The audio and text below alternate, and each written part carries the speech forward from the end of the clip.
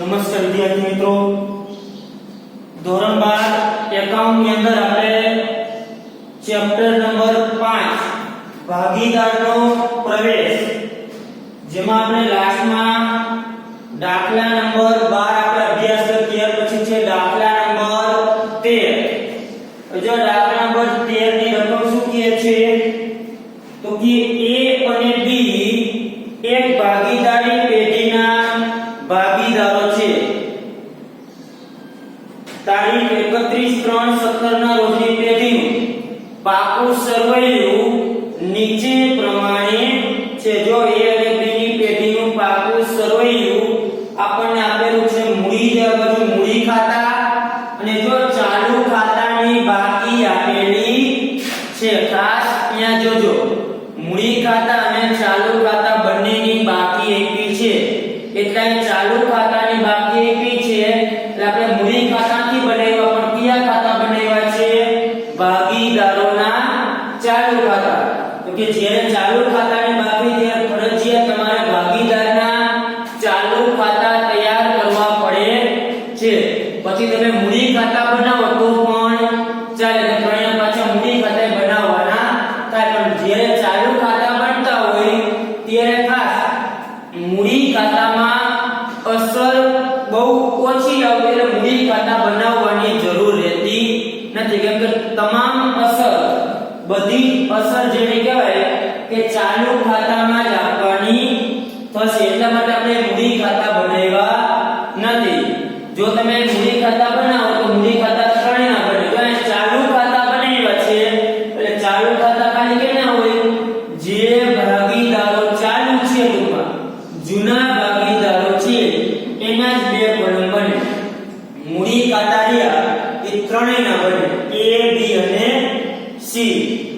એટલે કે અહીંયા ચાલુ ખાતા બનાવેલા હોવાથી C નું કોલમ આવશે નહીં। ચાલો તૈયાર, પછી આગળ તો કે કાયદર અકસ્માત વળતર ભંડોળ આપ્યું છે, લેણદાર આપ્યા છે, દેવી આપ્યું છે, મિલકત એના બાજુ મિલકતો આપેલી છે। જો હવે અહીંયા આપણે મૂડી ખાતા બનાવ્યા છે, ખાલી કયા ખાતા બનાવ્યા છે? ચાલુ ખાતા। અને ચાલુ ખાતા હંમેશા કેના બને? જૂના ભાગીદારો, બરાબર છે। હવે ખાસ વિદ્યાર્થી મિત્રોએ એ જોવું છે કે ભાઈ અહીંયા આપણે ચાલુ ખાતા શા માટે બનાવ્યા? તો કે ચાલુ ખાતાની બાકી આપી છે એટલા માટે, તો કે ચાલુ ખાતા બનાવવા પડે, એટલે આપણે ચાલુ ખાતા બને। અને ચાલુ ખાતા હંમેશા જૂના ભાગીદારોના બને, એટલે મૂડી ખાતા બનાવ્યા નથી। એટલે કે મૂડી ખાતા જો બનાવવા હોય તો તમારે ત્રણેય ભાગીદારના મૂડી ખાતા બનાવી શકી, A, B અને C, ત્રણેય ભાગીદાર A, B અને C। તો તમારે મૂડી ખાતા બનાવવાના, પછી બનાવવાના ચાલુ ખાતા, ટૂંકમાં મૂડી ખાતા અને ચાલુ ખાતા।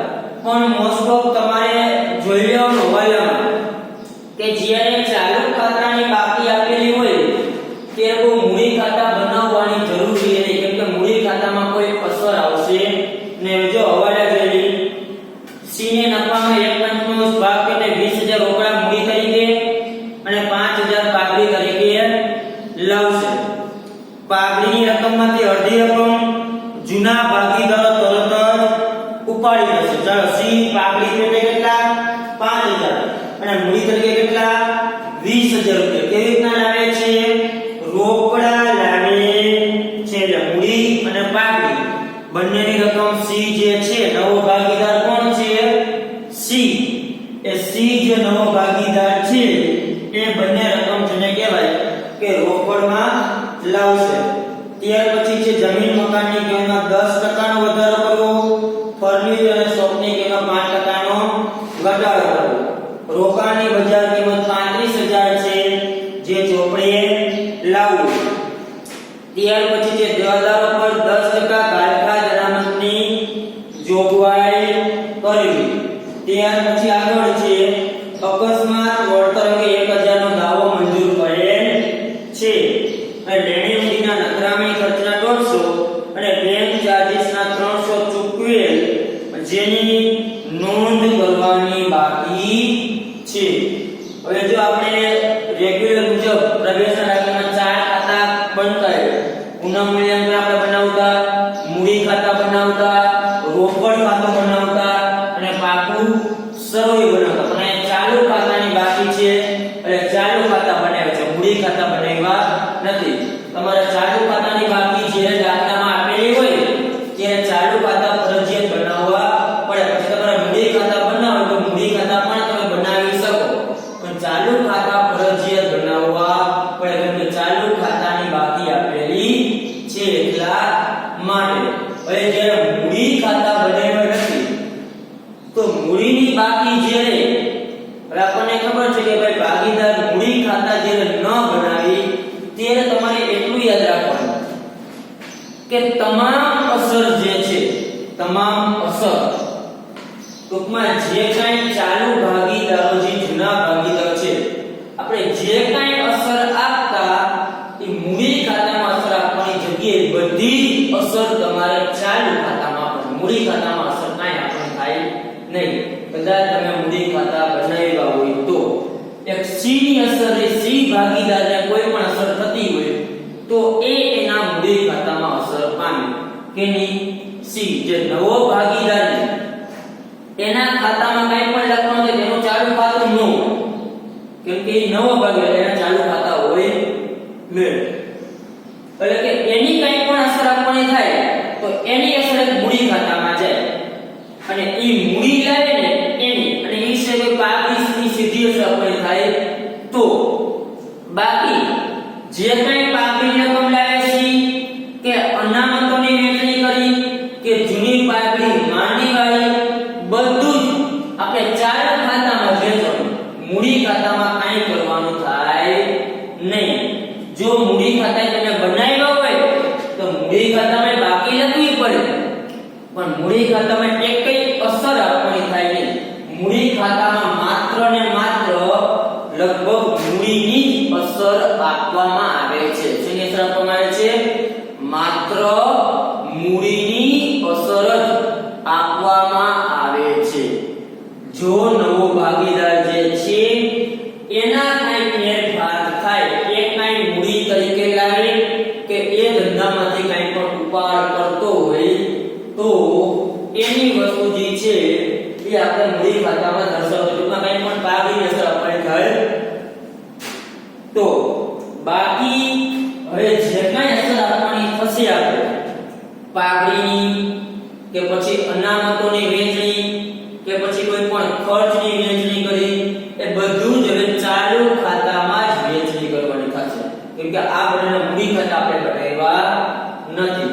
હવે મૂડી ખાતા નથી બનાવ્યા તો મૂડી ખાતાની જે બાકી છે એ મૂડી ખાતા અહીંયા ડાયરેક્ટ લખી નાખવાનું. મૂડી કેની હોય તો કે જે એની હોય, એક કોઈ બી ની અને એક કોઈ સી ની. એટલે મૂડી ત્રણેય ભાગીદાર હોય. જૂના જે બે ભાગીદાર છે એ તો મૂડી હોય છે અને ત્રીજો નવો ભાગીદાર કોણ આવ્યો? સી. ઈ મૂડી કરતા કંઈક તો લાવતો જોઈએ એટલે એની પણ શું હોય? મૂડી હોય. આપણે મૂડી ખાતા નથી બનાવ્યા એટલા માટે. મૂડી ખાતા બનાવ્યા તો આ મૂડી આપણે ક્યાં લખી? મૂડી ખાતાની જવાબ લખતા બાકી આગળ લાવીએ.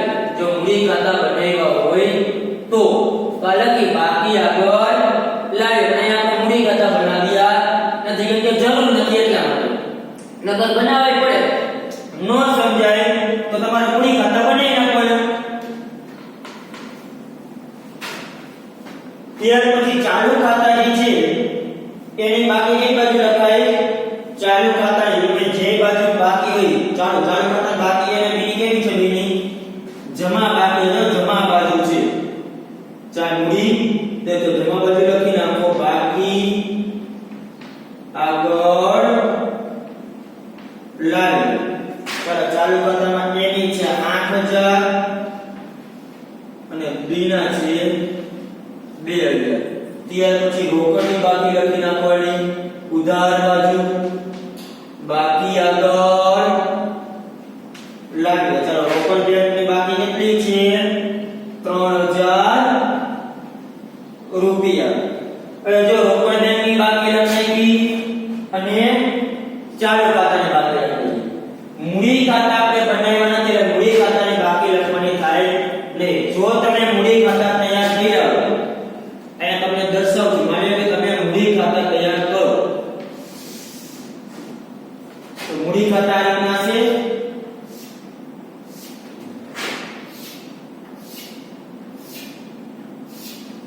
બરાબર છે. તો મૂડી ખાતા તમે જે બને જમા બાજુ તમારે લખવાનું થાય બાકી આગળ લાવ્યા. કઈ બાજુ લખવાનું થાય? જમા બાજુ બાકી આગળ લાવ્યા. જે મૂડી છે એ જમા બાજુ તમારે બાકી આગળ લાવ્યા કરીને તમારે એને દર્શાવવાનું થતું હોય છે.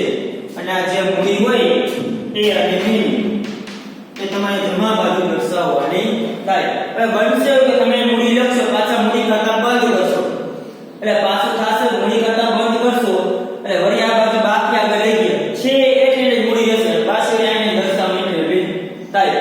એટલા માટે મૂડી ખાતા આપણે બનાવ્યા નથી. જો બનાવ્યું તો આ મુજબ તમારે મૂડી ખાતાની જે બાકી એ બાજુ લખવાનું થાય જમા બાજુ. જેટલી આપી છે એ જમા બાજુ બાકી આગળ લાવ્યા કરીને તમારે દર્શાવવાની થાય મૂડી ખાતાની બાકી. પણ અહીંયા આપણે મૂડી ખાતા બનાવ્યા નથી. જો બનાવ્યા હોય તો અહીંયા A ની મૂડી અને અહીંયા B ની મૂડી જેટલી આપી છે એ દર્શાવી દેવાની થાય. જો કેટલી કેટલી આપી છે 75000 ને 25 તમારે દર્શાવી દેવાનું 75 અને 25000 એ જે આપી હોય તે અહીંયા આપણે બનાવ્યા નથી. આગળ તો કે બાકી લખાઈ જાય ત્યાર પછી હવેથી દાખલો સ્ટાર્ટ કરવાનો. ભાઈ જો પહેલો હવાલો છે સી તેના નફાના 1/5 ભાગ પેટે 20000 રોકડા મૂડી તરીકે લાવશે. સી ભાગીદાર છે એના નફાના ભાગ પેટે એનો નફાનો ભાગ કેટલો છે ધંધાની અંદર 1/5. કેટલો ભાગ છે 1/5 માં 20000 રોકડા મૂડી પેટે અને 5000 પાઘડી તરીકે લાવશે. પાઘડી કેવી લાવે છે? રોકડા. મૂડી તરીકે 20000 રોકડા અને પાઘડી તરીકે 5000 રૂપિયા રોકડા છે. ટોટલ જે સી એ રોકડા કેટલા લાવે છે 25000 રૂપિયા. કેટલા રોકડા લાવે છે 25000 રૂપિયા. હવે જે સી એ રોકડા જેને કહેવાય કે 20000 ની મૂડી તરીકે લાવે છે. શેના કઈ તરીકે લાવે છે? મૂડી તરીકે. આપણને ખબર છે કે જે આપણે ગણતા નવો ભાગીદાર જે કઈ મૂડી તરીકે લાવે એ આપણે એના મૂડી ખાતામાં કરતા મૂડી લાવે છે ને એટલે સી ની જે મૂડી છે એના મૂડી ખાતા આપણે બનાવીએ સી તેના મૂડી ખાતાને આપણે જમા બાજુ લખતા રોકડ ખાતે પછી સી ની મૂડી લખશે જેટલી લાવે છે. અને બીજી અસર ક્યાં આપતા તો કે રોકડ ખાતાની ઉધાર બાજુ અહીં શું લખ્યું સી ના મૂડી ખાતે કેટલી મૂડી લાગે છે તો કે 20000 રૂપિયા. જો કીધું કે સી નવો ભાગીદાર એ પોતાના 1/5 ભાગ પેટે એ 12 ભાગ દીધો 20000 રૂપિયા રોકડા મૂડી તરીકે લાવે છે. શું કરે છે? રોકડા મૂડી તરીકે સી ભાગીદાર છે એ લાવે. આમાં શું થશે? રોકડ ખાતે ઉધાર રોકડ ધંધામાં આવે છે એટલે રોકડ ખાતે ઉધાર તે સી ના મૂડી ખાતે જમા. એટલે સી ના મૂડી ખાતું બન્યું તો સી ના મૂડી ખાતાની જમા બાજુ. જો અહીંયા મૂડી ખાતા ન બને તો ડાયરેક્ટ આપણે મૂડી લખી કે મૂડી ખાતે સીધી સી ની મૂડી લખતા મળે. કેટલી છે 20000 રૂપિયા. શા માટે? તો કે અહીંયા આપણે સી ની મૂડી તમે જે દર્શાવશો આ ખાતું બંધ કરશો એટલે બાકી કઈ બાજુ આવશે? આ બાજુ. અને આ બાકી જાય એ આપણે દર્શાવી ક્યાં? ડાયરેક્ટ અહીંયા દર્શાવી છે. તો કે જ્યારે તમે મૂડી ખાતા ન બનાવ્યો હોય તે જે મૂડી લાવતો હોય નવો ભાગીદાર એની મૂડી સીધી પાકા સરવૈયામાં મૂડી દેવા બાજુ ઇનરમાં દર્શાવો. ક્યાં દર્શાવવાની? આ રીતના ઇનરમાં. ચાલો સી મૂડી તરીકે કેટલા લાવે છે? 20,000 રૂપિયા. એ આપણે દર્શાવીએ. આપણે ખબર છે અસર કે તમે મૂડી ખાતાની જમા બાજુ મૂડી ખાતા નથી બને ડાયરેક્ટ દર્શાવો મૂડીમાં સીધું 20,000. રોકડા લાવે છે 20,000 મૂડી પેટે. તો રોકડ ખાતાની ઉધાર બાજુએ શું લખાય? સીના મૂડી ખાતે. શું લખાશે? સીના મૂડી ખાતે. ત્યાર પછી હવે આગળ હવે જો અને 5,000 પાઘડી તરીકે લાવશે. પાઘડી તરીકે કેટલા લાવશે? 5,000 રૂપિયા. હવે જે પાઘડી તરીકે જે લાવે એ સી પાઘડી કેટલા લાવે છે? રોકડમાં લાવે છે. પાઘડી કેટલા લાવે છે? રોકડમાં. તો આપણને ખબર જ્યારે ભાગીદાર રોકડમાં પાઘડી લાવે તો એ પાઘડીને એ જૂના ભાગીદારો છે વેચી દે. કયા પ્રમાણમાં? તો કે જે પાઘડી લાવે નવો ભાગીદાર રોકડમાં એ પાઘડી જૂના ભાગીદારો વચ્ચે વેચણી થાય. પણ કયા પ્રમાણમાં? તો કે ત્યાગના પ્રમાણમાં. કયા પ્રમાણમાં વેચણી થાય? ત્યાગના પ્રમાણ. તો અહીં આપણે ત્યાગનું પ્રમાણ શોધવું પડશે. શું શોધવું પડશે? ત્યાગનું પ્રમાણ. હવે અહીં આપણે શું શું આપ્યું છે એ જો 3 ભાગીદાર છે A B અને C. તો કે જો સૌપ્રથમ દાખલામાં તમને ઉપર આપ્યું છે જૂનું પ્રમાણ એટલે કે જૂનો ભાગ પણ કહી શકીએ. કેટલું આપ્યું છે? તો કે A આપ્યું 4:1. જો દાખલાની શોધ આપ્યું છે જૂનું પ્રમાણ 4:1 એટલે 4/5 અને 1/5. C તો નવો છે એનું જૂનું પ્રમાણ હોય નહીં. આ સિવાય બીજી આપણે શું માહિતી આપી છે? જો પાકા સભ્ય નીચે નફા નુકસાનનું 9 પ્રમાણ આપ્યું છે. શું આપ્યું છે? 9 પ્રમાણ. કેટલું આપ્યું છે? તો કે 3:1:1 એટલે 3/5 1/5 અને 1/5.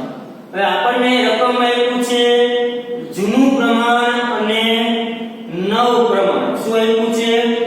જૂનું પ્રમાણ અને નવ પ્રમાણ. આપણી પાસે નવ પ્રમાણ તો છે જ, જૂનું પ્રમાણ પણ છે.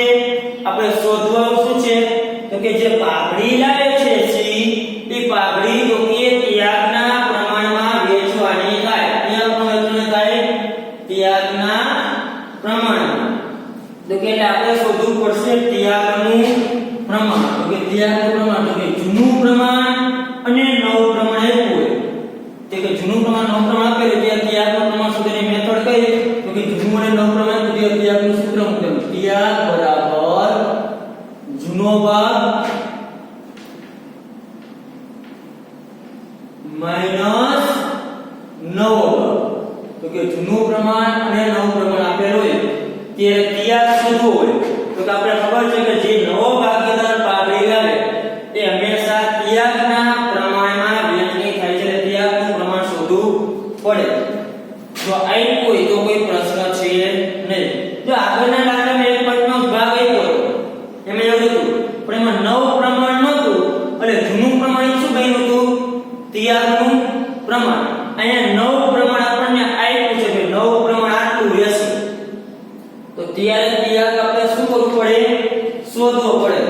ત્યાગનું સૂત્ર મૂકીને શું? જૂનો ભાગ માઈનસ નવ એટલે કે જૂનું પ્રમાણ માઈનસ નવ પ્રમાણ. ચાલો જૂનો ભાગ એટલે જૂનું પ્રમાણ કેટલું પહેલા શોધી એનો ત્યાગ આપણે શોધવાનો કેમ નહીં? ખાલી 4 ભાગીદાર, નવા ભાગીદારો કઈ હોય નહીં. ચાલો એનો ત્યાગ છે એનો જૂનો ભાગ તો કે 4/5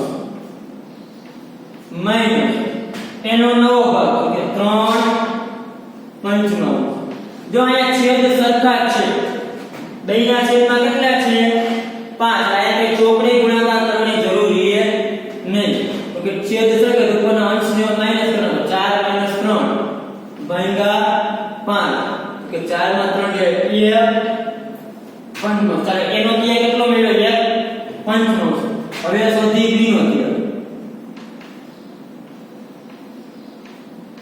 જૂનો ભાગ b નો કેટલો 1/5 નવો ભાગ એ કેટલો 1/5 1/5 જાય તો 0 હવે જો આ નવીન શું આવ્યું તો કે c ને પ્રવેશ આપે છે કેને પ્રવેશ આપે છે c ને કેટલો ભાગ આપ્યો c ને ભાગીદારી પેઢીમાં 1/5 તો કે એને જે ભાગ આપવાનો થાય તો આપણે ખબર છે કે નવા ભાગીદારને જે ભાગ આપવાનો છે ભાગ આપે કોણ જૂના ભાગીદાર કોણ આપે જૂના ભાગીદાર a અને b પોતાના હિસ્સામાંથી અમુક ભાગનો શું કરે લોકો ત્યાગ કરે હવે a અને b નો જે ત્યાગ કરવાનો સોયદો તો સંપૂર્ણ ત્યાગ કોણ કરે છે a છે જો b નો ત્યાગ કેટલો છે 0 છે એટલે ત્યાગ કે લાભ છે ને એ બધો જ ત્યાગ કોણ કરે છે માત્ર એ જ કરે છે જો ત્યાગ આવ્યો કેનો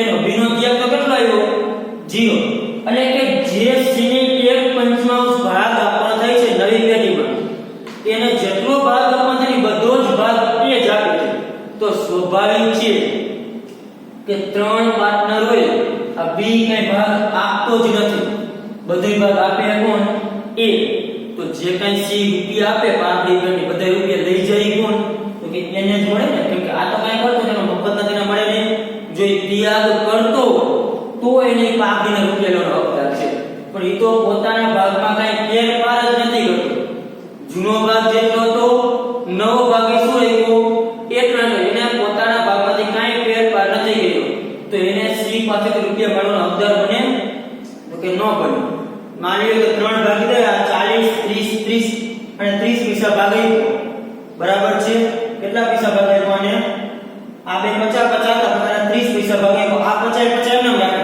આ પોતાનો ભાગ 30 પૈસા ઘટાડે છે તો આ જે રૂપિયા આપે કેને રૂપિયા આપે એને જ આપે ને સ્વાભાવિક છે ને કેમ કે ત્યાગ કોણ કરે છે ખાલી એ હવે જો પેલા પાઘડીની અસર આપી તો પાઘડી માટે કેટલા લાગે છે 5000 રૂપિયા આપણે પાઘડી આમનામ કરી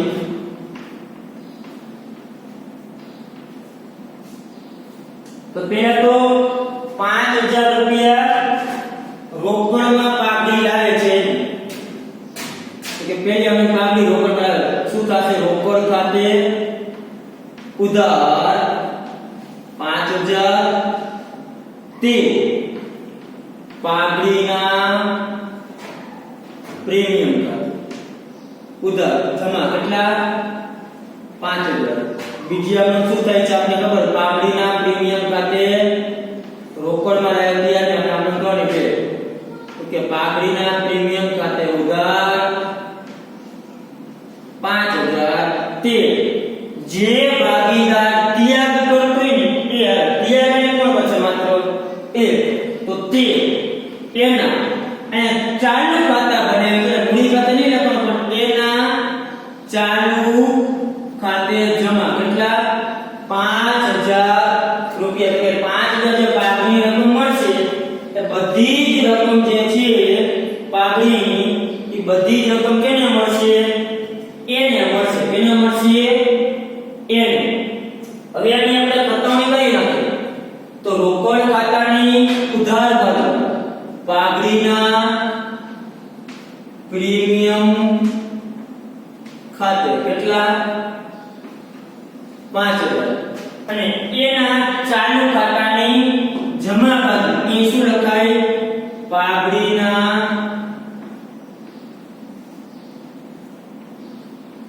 પ્રીમિયમ ખાતે એના ખાનામાં 5000 બીજા ખાનામાં કોઈ રકમ આવશે નહીં ફરીથી વિદ્યાર્થી મિત્રો ખાસ ધ્યાન આપજો અહીંયા માત્ર એનો જ ત્યાગ છે પાઘડીની જે આપણે અસર કરી છે એના મુજબ છે પણ અહીંયા ચાલુ ખાતા આપણે ખાલી એના ચાલુ ખાતે જમા કરી છે બીના કોઈ પાઘડી રકમ તો આપણે આપી નથી શા માટે તો કે બી ત્યાગ કરતો નથી એટલે નકર આપણે શું કરતા જે રકમ પાઘડીની આવે એ રકમ બંને ભાગીદારો જૂના હોય એની વચ્ચે ત્યાગના પ્રમાણમાં આપણે વહેંચણી કરતા પણ આ ત્યાગના પ્રમાણે વહેંચણી કરવાની થાય પણ ત્યાગ માત્ર એનો એકનો છે એટલે બધી જ ભાગી રકમ કેને મળે એને એટલે કે બી ત્યાગ કરતો જ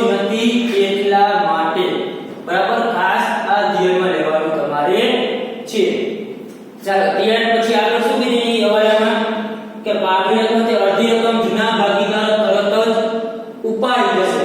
હવે જો પાગડી રકમ ઉપાડી જાય તો પાગડી રકમ ઉપાડીને આમ શું થશે?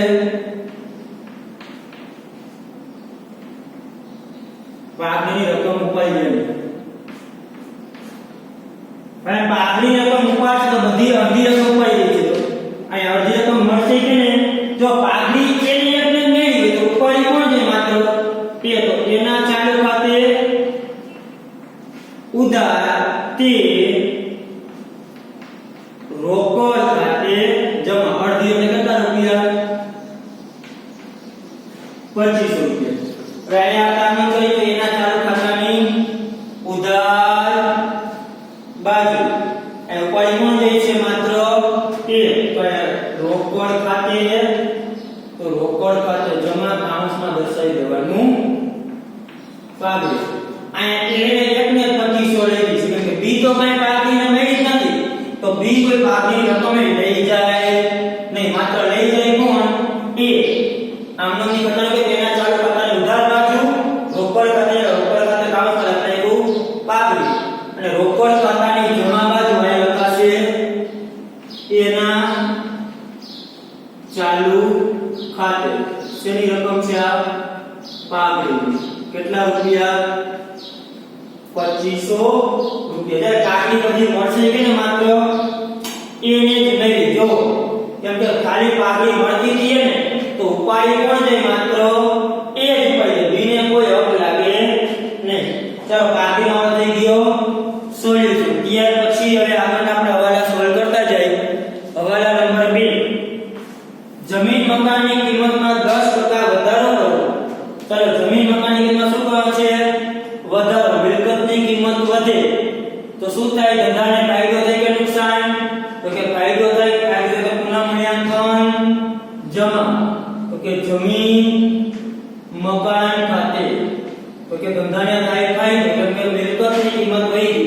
કેટલો વધારો છે? 10%. જમીન મકાન છે કેટલા? 35000 છે અને 10% વધારે 35000 ના 10% થાય 3500 રૂપિયા. એક અસર આયા. બીજી અસર તો કે મિલકત લેણાદારી જમીન મકાન 35000 તો 3500 નો વધારો કર્યો. નવી કિંમત કેટલી થઈ? 38500. નવી કિંમત દર્શાવો 38500. ત્યાર પછી જ્યારે ફર્નિચર અને સ્ટોકની કિંમતમાં 5% ઘટાડો કરો. ફર્નિચર અને સ્ટોકની કિંમત શું કરવાનું છે?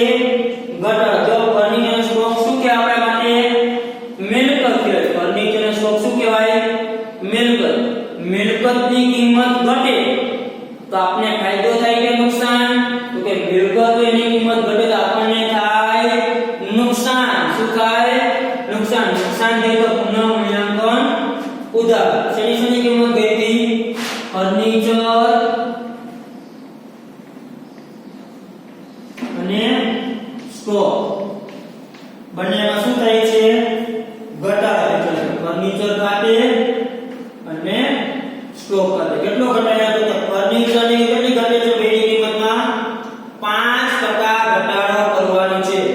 જો ફર્નિચર એટલા છે 30000 રૂપિયા એના 5% થાય 1500 તો 1500 રૂપિયા ફર્નિચરમાં ઘટાડો કરો.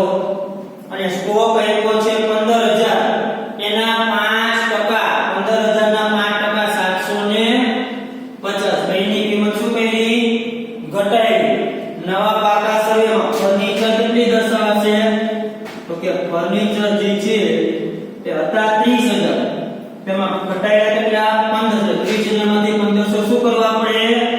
માઈનસ. ફર્નિચર દર્શાવશે 28500. સ્ટોક તો કે સ્ટોક હતો 15000 750 નો ઘટાડો કર્યો એટલે સ્ટોકની કિંમત કેટલી થઈ ગઈ? 14250. નવા પાકા સર્વેમાં જે કંઈ મિલકત દર્શાવો તે જે કંઈ તમે વધઘટ કિંમત કરી પ્લસ માઈનસ કરી દર્શાવો. ઘટાડી તેમાંથી માઈનસ કરવાની, વધારો કર્યો તેમાં શું કરવાનું થાય? પ્લસ કરવાનું થાય. ત્યાર પછી આગળ રોકાણોની બજાર કિંમત 35000 છે જે ચોપડે લાવી. રોકાણની બજાર કેટલી છે? જે ચોપડે લાવવાળી છે એટલે કે રોકાણો જે છે ને એ કેટલી કિંમતે દર્શાવવાના કીધા તમને 35000 કેટલા 35000 જો તમને કીધું રોકાણની બજારમાં 35000 છે એ ચોપડે લાવો એટલે કે રોકાણની કિંમત 35000 દર્શાવવાની છે કેટલી દર્શાવવાની છે 35000 જો જૂના બાકાસમાં રોકાણ આપ્યા છે કેટલા તો કે 25000 25000 આપણે દર્શાવ્યા કેટલા 35000 રૂપિયા આપ્યા હતા રોકાણ 25000 દર્શાવ્યા 35000 તો રોકાણમાં શું થયું વધારો થયો કે ઘટાડો થયો જૂના બાકાસમાં હતા કેટલા 25000 રૂપિયા રોકાણો દર્શાવેલા હતા નવા બાકાસમાં આપણે કેટલા દર્શાવ્યા 35000 તો આપણે 10000 નું શું થયું અહીંયા રોકાણમાં વધારો રોકાણ મિલકત કહેવાય મિલકતની કિંમત વધે તો આપણને થાય ફાયદો એટલે પુનઃ મૂલ્યાંકન જમા રોકાણો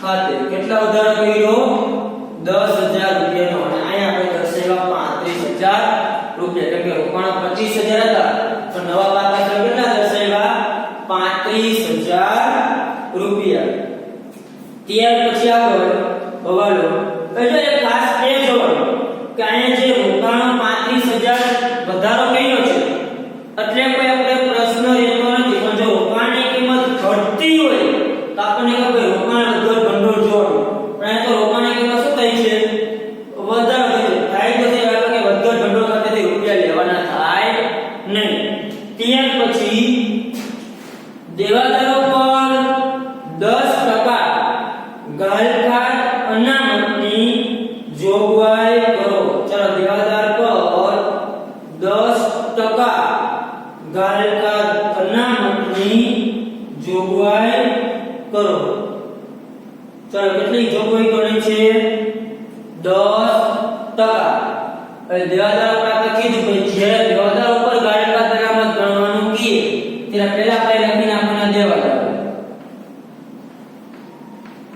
ઇનરમાં કેટલા આપ્યા છે 5500 માઈનસ કરવાની ગાળખાત 10% અને 10% કેટલા થાય 550 આ ઉપરમાં કેટલા જશે 4950 હવે જો આમાં ગાળખાત તમને આપી કેટલી 500 રૂપિયા આપી આપણે રાખી કેટલી 550 આપી છે કેટલી તમને 500 રૂપિયા નવી કેટલી થઈ 550 તો નવી કેટલી જાય છે તો કે 50 રૂપિયા તો કે વધુ રાખવાનું થઈ ને તો કે આ વધારે તો વધારે આવે તો ગાળખાતના પત્તે કઈ બાજુ દર્શાવવાનું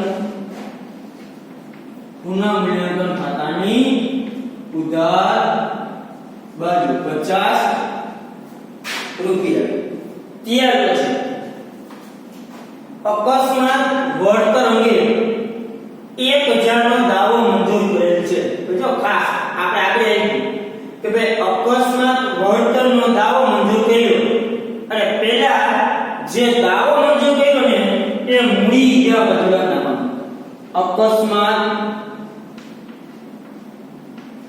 વળતર દાવો કે જ્યારે દાવો મંજૂર કરે પહેલા જેટલો દાવો મંજૂર કરે દાવો એના કેટલો મંજૂર કર્યો તો કે 1000 રૂપિયા બીજું કઈ નહીં ખાસ આ જો અકસ્માત વળતરનો દાવો મંજૂર કરે એટલે પહેલા જે વળતરનો દાવો મંજૂર કરે એ મૂડી જેવા બાજુ દર્શાવવાનો જેટલો દાવો મંજૂર કરે એટલો ત્યાર પછી હવે એ જોવાનું કે કારીગર અકસ્માત વળતર ભંડોળ આપ્યું છે કેટલું તો કે 5000 એ વેચનીતા અકસ્માત વળતર ભંડોળની આપણે તો વેચનીતા કઈ બાજુ હશે જો ચાલુ ખાતામાં આપણે ચાલુ ખાતા બને જમા બાજુ આ બાજુ વેચું કારીગર અકસ્માત વળતર ભંડોળ એમાં આપ્યું છે કેટલું 5000 કેટલું આપ્યું છે 5000 એમાં તમે અહીંયા જેટલા દર્શાવે મૂડી દેવા બાજુ મૂડી દેવા તમે જેટલા દર્શાવો એ 5000 માંથી આ રકમ નાખવાની બાદ અહીંયા કેટલું હોય 4000 એ 4000 છે તો તેનું જૂનું પ્રમાણ શું છે 4:1 એટલે કે 5000 માંથી 4000 તો કે 4000 ગુણ્યા 4 ભાગ્યા 5 એટલે આને મળશે 3200 અને આને મળશે 800 એ તમારે 4:1 ના પ્રમાણમાં ઈ જે 4 જે હોય એ વેચો તો ટોટલ હતું 5000 પણ એક જ દાવા હોય એટલે એક શું કરી નાખવાના ઈ માઈનસ ત્યાર પછી આગળ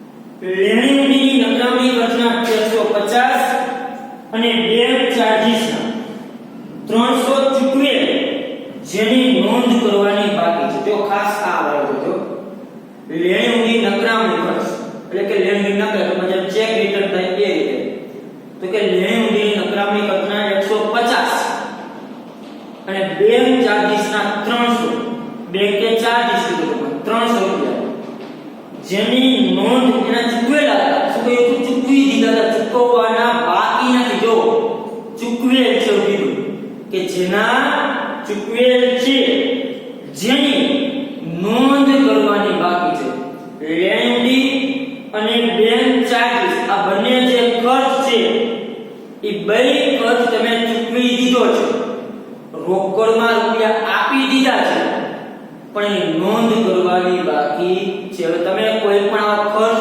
ચૂકવો તો રોકડ આવે કે જાય તો કે રોકડ શું થાય જાય તો રોકડ ખાતાની એક તો જમા બાજુ દર્શાવે ખાસ જોજો આ કઈ બાજુ દર્શાવશે જમા બાજુ તો કે દેવાદારનો જોઈએ લેણી કોણ લખે દેવાદાર લખે માઉસ લખી શકે લેણી ઊંડી તેના કેટલા છે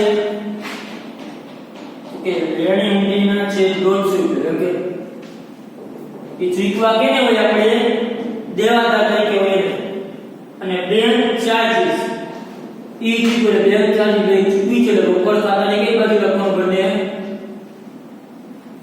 જમા બાજુ બેંક ચાર્જીસ ચૂકવો 300 આપણે ચૂકવેલા તો નોંધ કરવાની બાકી એટલે રોકડ જાય ખર્ચ છે ને એટલે રોકડ ખાતાની જમા બાજુ હવે ખર્ચ ચૂકવો તો આપણને ફાયદો થાય નુકસાન તો કે ખર્ચ છે આપણને થાય નુકસાન તો એ બે કઈ બાજુ લખવું પડશે તો કે આ બાજુ બેંક ચાર્જીસ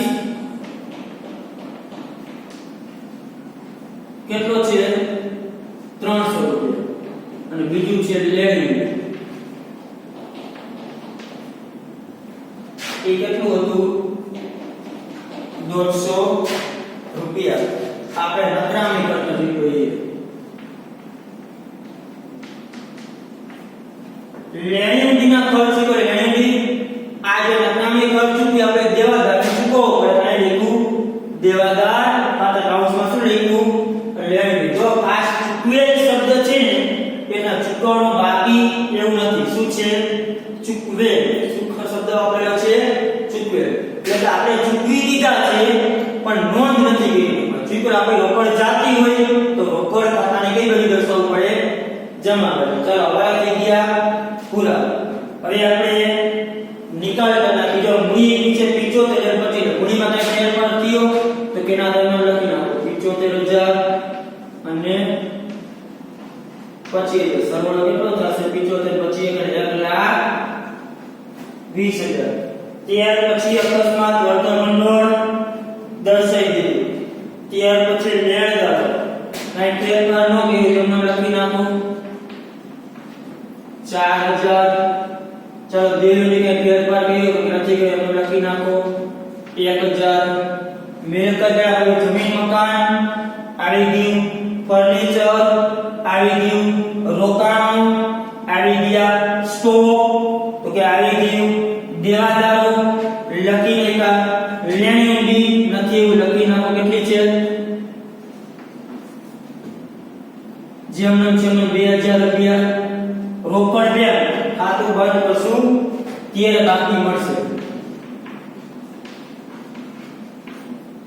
પાઘડી કઈ છે પાકા છે એટલે પાઘડી શું કરવાની થાય જૂના ભાગીદારો વચ્ચે વેચવાની ભાગીદારના અહીંયા શું છે ચાલુ ખાતા છે તો ચાલુ ખાતામાં શું કરવાનું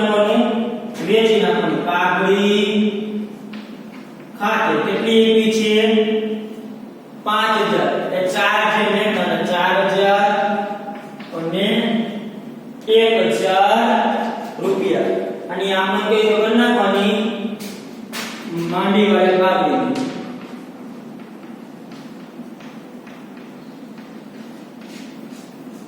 શું કરવાની તેના ચાલુ ખાતે ઉધાર બીના ચાલુ ખાતે ઉધાર 4000 1000 તે બાબરી ખાતે जमा कितना रुपया 5 चलो बाकी आ गई चलो पापा से जगह निकाल खाता बराबर चलो पहला तो पुनः मूल्यांकन खाતું બંધ સરવાળો કઈ બાજુ ધરાવે છે તો કે આ બાજુ 13500 રૂપિયા 13500 એમાંથી કોના બધી બાદ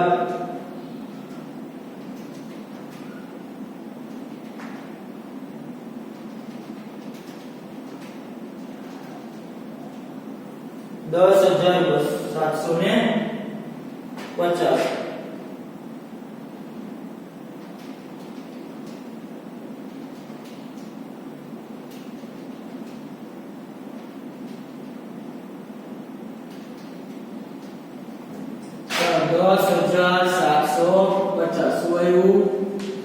નફો એ અને બી ને ચાર જે બેંક ના પણ વચ્ચે નાખો તો કે 8600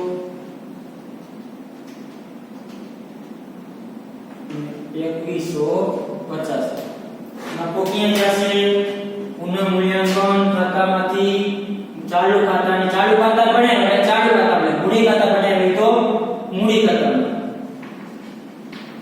પુનઃ મૂલ્યાંકન ખાતે કાઉન્સમાં નફો 8600 અને 2150 ચાલુ ખાતા બરોબર જો ચાલુ ખાતાની સરવાળો ઘણી બાજુ ઉધાર આવી શકે એવું નહીં કે જમા બાજુ ઉધાર આવે બરાબર છે જમા બાજુ ઉધાર આવે ઉધાર બાજુ પણ વધારે આવી શકે પછી ચાલુ ખાતાને આપણે બાકી દર્શોની બાકી છે બરાબર ચાલુ ખાતા આ બાજુ આવે ચાલુ ખાતાની બાકી આ બાજુ પણ આવી શકે વેલા સરવાળો જે બાજુ ધરાવે એ મુજબ એની બાકી નીકળે ખાસ એ યાદ ચાલુ ખાતાની બાકી બંને હોઈ શકે ઉધાર હોઈ શકે અને જમા પણ હોઈ શકે એટલે આ સરવાળો ઉધાર કઈ બાજુ તો કે 2800 અને 2150 4950 તો કે b નો સરવાળો કઈ બાજુ કર્યો 4950 માંથી 1 જાય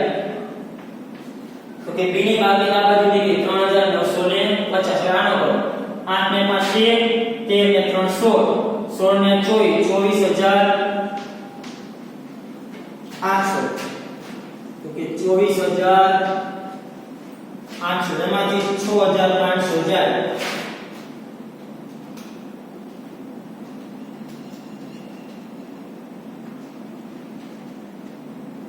તો કે 18300 બાકી આ બાજુ દે ઘટના કોની અમે બાકી આગળ લઈ જે બાકી ચાલુ કરવાની a અને b ને લખી નાખો 18300 અને 3350 સરવાળો જે આવશે અવતરમાં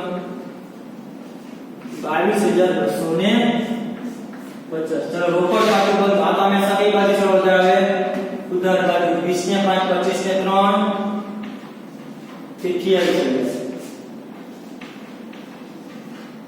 28,000 માંથી માઈનસ કરી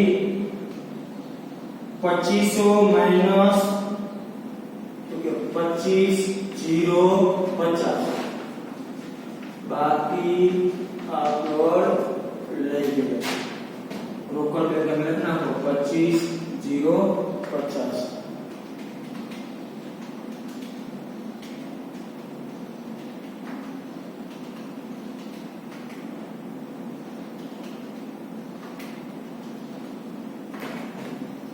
1,48,250 અને બાજુ આકાશનો સરવાળો કરવાનો છે 1,20,000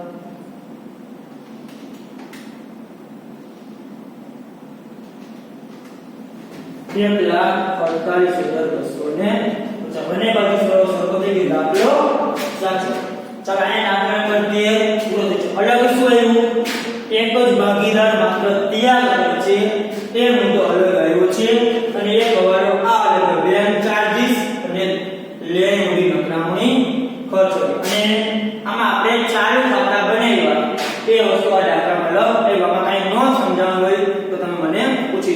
ઓકે ચાલો